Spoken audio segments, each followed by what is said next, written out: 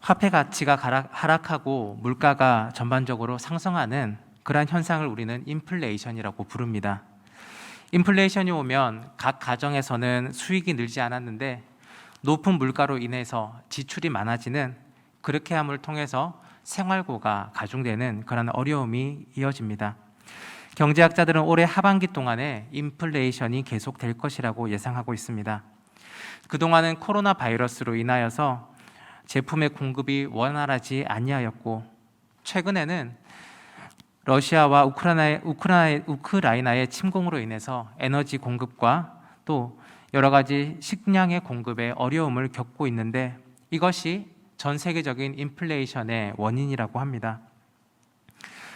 코로나를 극복해 나가는 이 시점에 이 전쟁의 소식은 우리 모두를 힘겹게 만들고 있습니다. 그런데 전쟁을 단순히 경제적인 그런 문제로 보아서는 안 될 것입니다. 전쟁은 삶이 힘겹고 어려운 문제를 뛰어넘어서 생활 터전을 상실하는 것이고 또 생명의 위협을 받는 생존의 문제이기 때문입니다. 지금 사람들의 시선은 유럽에 있는 우크라이나와 러시아 전쟁에 쏠려 있습니다. 하지만 아직 전쟁이 끝나지 않은 나라가 또 있습니다. 바로 우리나라 대한민국입니다. 여전히 북한은 미사일을 쏘아서 무력 시위를 하고 있으며 또한 핵무기를 개발하는 데 열중하고 있습니다. 남과 북은 여전히 휴전선의 철책을 앞두고 서로 양쪽으로 갈라진 상태에서 총부리를 서로를 향하여서 겨누고 있는 그러한 전쟁이 우리 가운데 계속해서 이어지고 있습니다. 우리는 아직 전쟁이 끝나지 않은 휴전 중에 있는 나라입니다. 지금으로부터 약 72년 전에 1950년 6월 25일 새벽, 북한의 공산군은 남북 군사 분계선이었던 38선을 넘어와서 남한을 침략하였습니다. 그리고 한반도에 기나긴 전쟁이 시작되었습니다. 이후에 이 전쟁은 유엔군과 연합한 남한 진영과 또 중공군과 연합한 북한 진영의 싸움으로 계속해서 치열하게 전개되었습니다. 3년이라는 시간 동안에 같은 민족이 서로 죽이고 죽이는 비극의 전쟁이 지속되었습니다. 그리고 1953년 휴전 협정이 이루어지면서 전쟁은 중지되게 되었습니다. 하지만 이 전쟁은 끝난 것이 아니라, 종식이 아니라 휴전의 상태로 지금까지 이어오고 있는 것입니다. 6.25 전쟁, 한국 전쟁이 일어난 지 이제 72년이라는 시간이 지나왔습니다. 그러나 여전히 우리는 전쟁 가운데, 평화가 없는 가운데 살아가고 있습니다.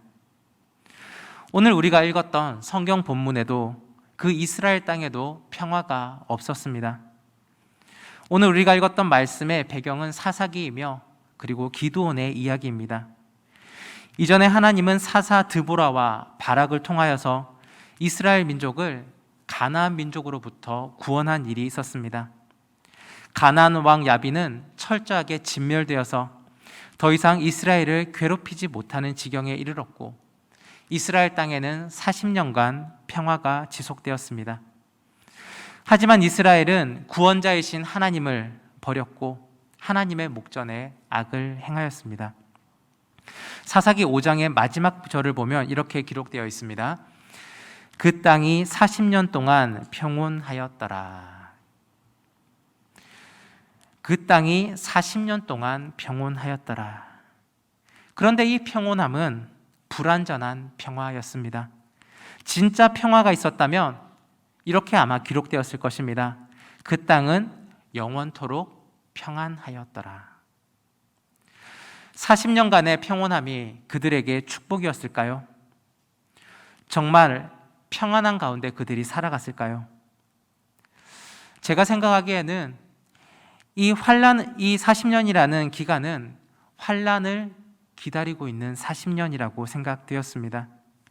마치 어린아이가 잘못이 있는데 부모님께 혼날 것을 생각하고 매맞을 시간을 생각하며 마음을 졸이고 있는 그러한 시간과 같지 않은가라는 생각이 듭니다. 사사기 5장 마지막 절에 기록된 40년 동안 평안하였더라. 이 말씀은 징계를 기다리는 조용하고 불안한 기간으로 보입니다. 역시나 이스라엘은 40년의 시간이 지나자 또다시 하나님의 징계를 받습니다. 그들의 잘못이 반복되고 있었기 때문입니다. 하나님의 목전에서 악을 행했기 때문입니다. 오늘 본문 사사기 6장 1절 말씀입니다. 이스라엘 자손이 또 여호와의 목전에 악을 행하였으므로 여호와께서 7년 동안 그들을 미디안의 손에 넘겨주시니. 이스라엘은 다시금 하나님 앞에 악을 행하고 하나님을 떠났습니다. 하나님은 이스라엘을 사랑의 매로 징계하시는데 미디안 사람들의 손에 넘겨주셔서 7년간을 고통당하게 하셨습니다. 이스라엘은 이 미디안에 의한 그 압제를, 그 궁핍함을 피부로 느끼자 다시금 하나님 앞에 돌아왔습니다. 하나님께서는 미디안으로부터 이스라엘을 구원해 주시기 위해서 사사를 세우셨는데 그 사사가 바로 기드온이라는 사사입니다. 하나님은 기드온에게 나타나셔서 민족을 구원하라는 명령을 내리십니다. 이때 기드온은 어떻게 하고 있었습니까? 미디안 사람들에게 들키지 않기 위해서 숨어서 포도주 틀에서 밀을 타작하고 있었습니다. 넓은 들판인 그 추수의 그 곡식을 타작하는 것이 아니라 숨어서 포도주 틀에서 그 이삭을 타작하는 아주 소심하고 또 대범하지 못한 모습으로 있었습니다. 그러한 그에게 하나님의 사자가 말씀합니다. 큰 용사여 여호와께서 너와 함께 계시도다. 큰 용사여 여호와께서 너와 함께 계시도다. 이 부름을 받은 기드온은 묻습니다. 여호와께서 계시다면 어찌 이 모든 일이 우리에게 일어났습니까? 어떻게 우리 민족이 미디안 땅, 미디안 사람들에게 고통을 받고 있습니까? 하나님께서 우리를 버리셨기 때문이 아닙니까? 라고 말하는 것입니다. 그러자 하나님의 사자는 그를 향하여 말씀하기를 너는 가서 너의 힘으로 이스라엘을 미디안 손에서 구원하라 라고 말하였습니다. 하나님의 말씀은 그러한 어려운 가운데 내가 너를 구원자로 선택했다라고 말씀하신 것입니다. 기드온은 대답합니다. 내가 무엇으로 이스라엘을 구원하겠습니까? 나는 약하고 작은 자입니다. 다시 하나님의 사자가 말씀합니다. 내가 반드시 너와 함께 할 것이다. 미디안 한 사람하고만 싸우는 것처럼 네가 미디안 군대를 쉽게 물리칠 것이다 라고 말씀해 주었습니다. 아직까지 기드온은 이 하나님의 사자의 말을 신뢰하지 못하였습니다. 정말 말씀하시는 분이 하나님이시라면 믿을 수 있는 표징을 달라고 간구하였습니다. 그리고는 말하기를 예물을 가지러 갈 테이니 그때까지 기다려 달라고 요청합니다. 예물을 가지고 돌아왔던 기드온은 하나님의 사자가 지시한 그 바위에서 어린 양과 무교병과 고기를 넣고 그 위에 국을 부었습니다. 이때 하나님께서 응답을 해주시는데 바위에서 불이 치솟게 하여서 기드온이 드렸던 모든 예물을 불태워 흠양하셨습니다.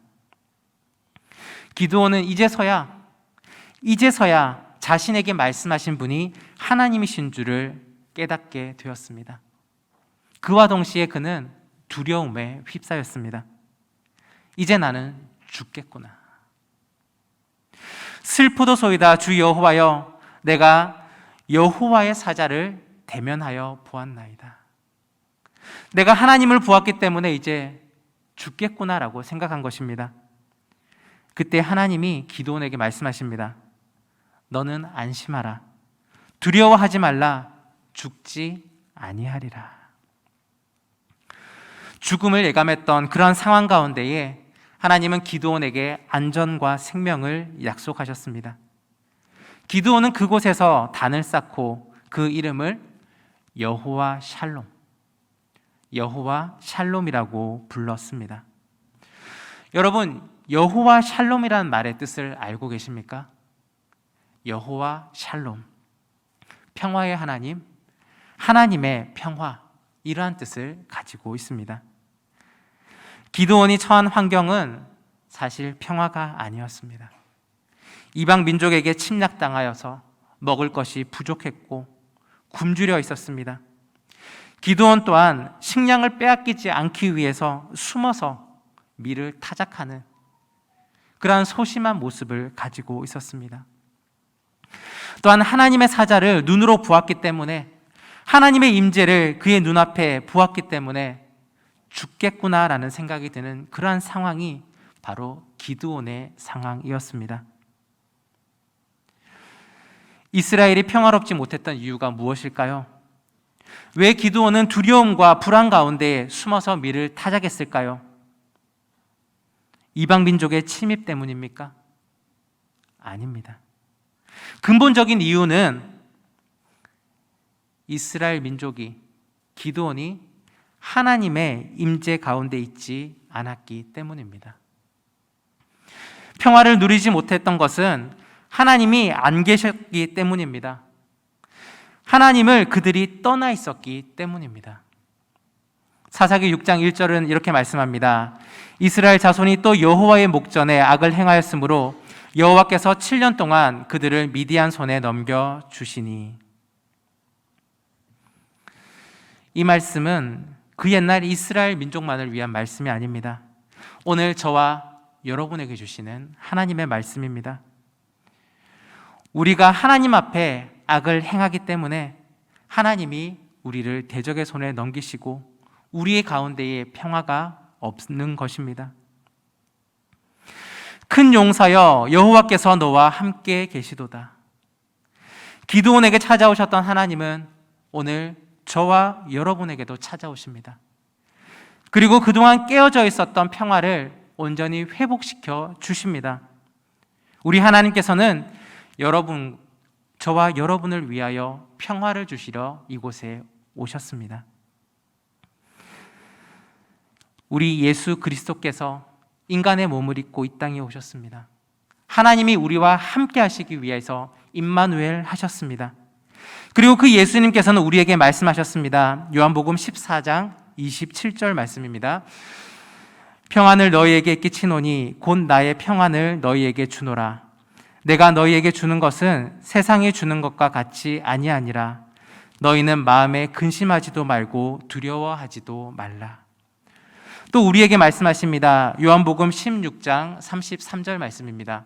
우리 다시 함께 읽겠습니다. 시작. 이것을 너희에게 이르는 것은 너희로 내 안에서 평안을 누리게 하려 함이라. 세상에서는 너희가 환난을 당하나 담대하라. 내가 세상을 이기었노라. 아멘.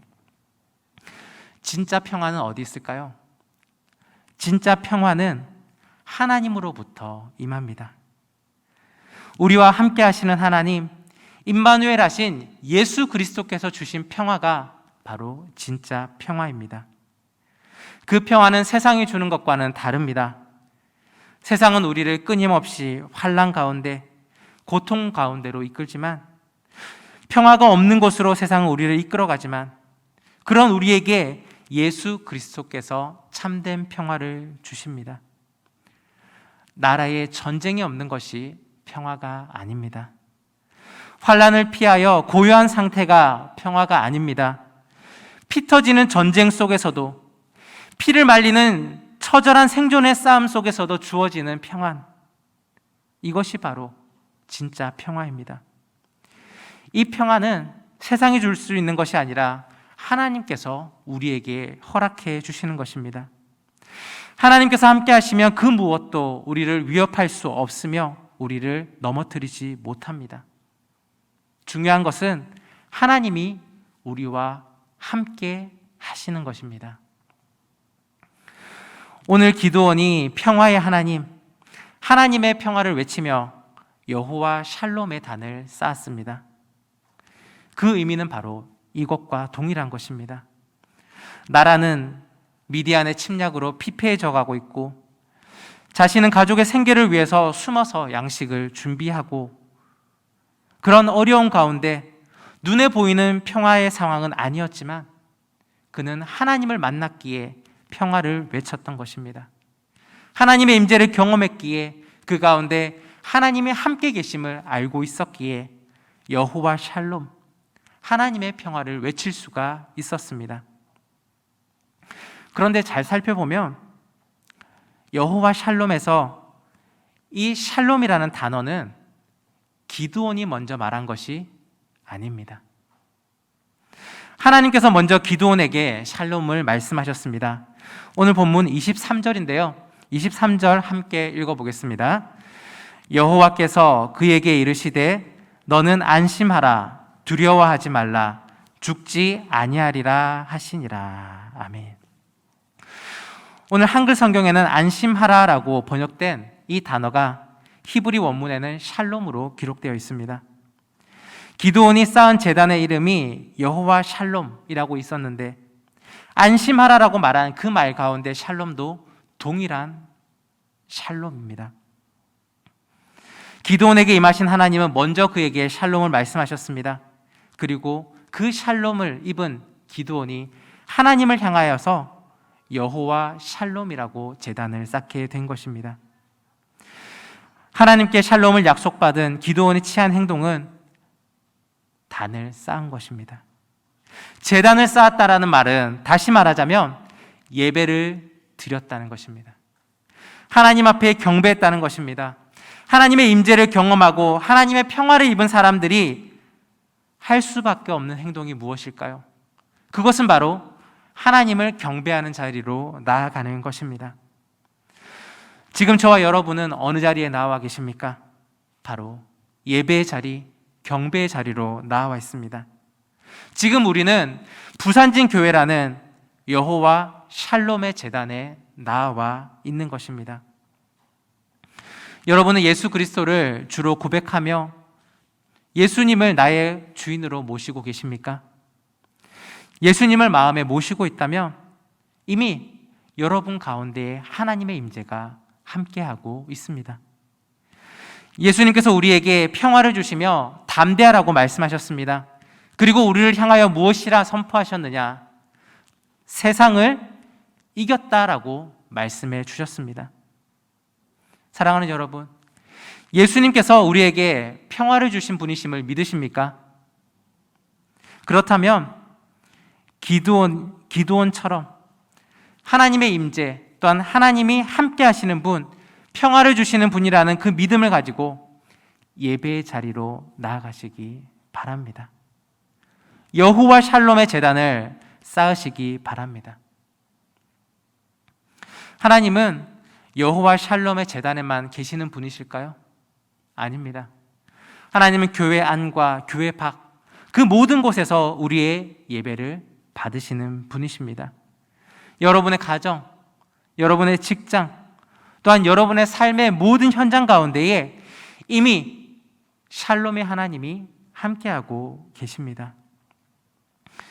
하나님이 여러분이 있는 그 모든 곳에 임재하시며 여러분에게 평화를 주실 것을 믿습니다. 언젠가 평화를 가장 잘 묘사한 그림을 선정하는 시상 공모전이 개최된 적이 있었습니다. 어떤 화가는 절묘한 아름다움과 고요함을 갖춘 풍경을 그림으로 나타내었습니다. 그 풍경 속에는 투명한 호수, 부드럽게 흐르는 시내, 소와 양떼들이 풀을 뜯는 풍요로운 목장의 푸른 들판, 그리고 아름다운 그 새들이 있는 그 모습들을 그려 넣었습니다. 또한 부드럽게 흘러가는 흰 구름이 푸른 창공을 가로지르며 또 산 허리에 그 구름의 그림자들이 수놓여 있었습니다. 누가 봐도 정말 아름답고 평화로움을 느낄 수 있는 완벽한 그림처럼 보였습니다. 그러나 정작 상을 탄 그림은 아름다운 풍경을 묘사했던 그림이 아니었습니다.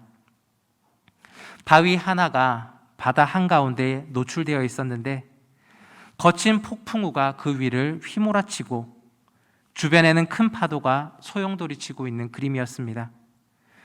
거친 바람 앞에 공경에 처한 배 한 척이 심하게 떠밀려 다니고 있었고, 하늘은 짙은 먹구름이 흑암을 이루며 사나운 폭풍이 노를 바라고 있었습니다. 그런데 그 그림의 중앙에는 바위가 하나 있었고, 그 바위 꼭대기에는 조그만 틈새에 비둘기 한 마리가 조용히 둥지를 틀고 앉아서 그 비둘기 새끼들을 부드러운 날개로 감싸 안고 있었습니다.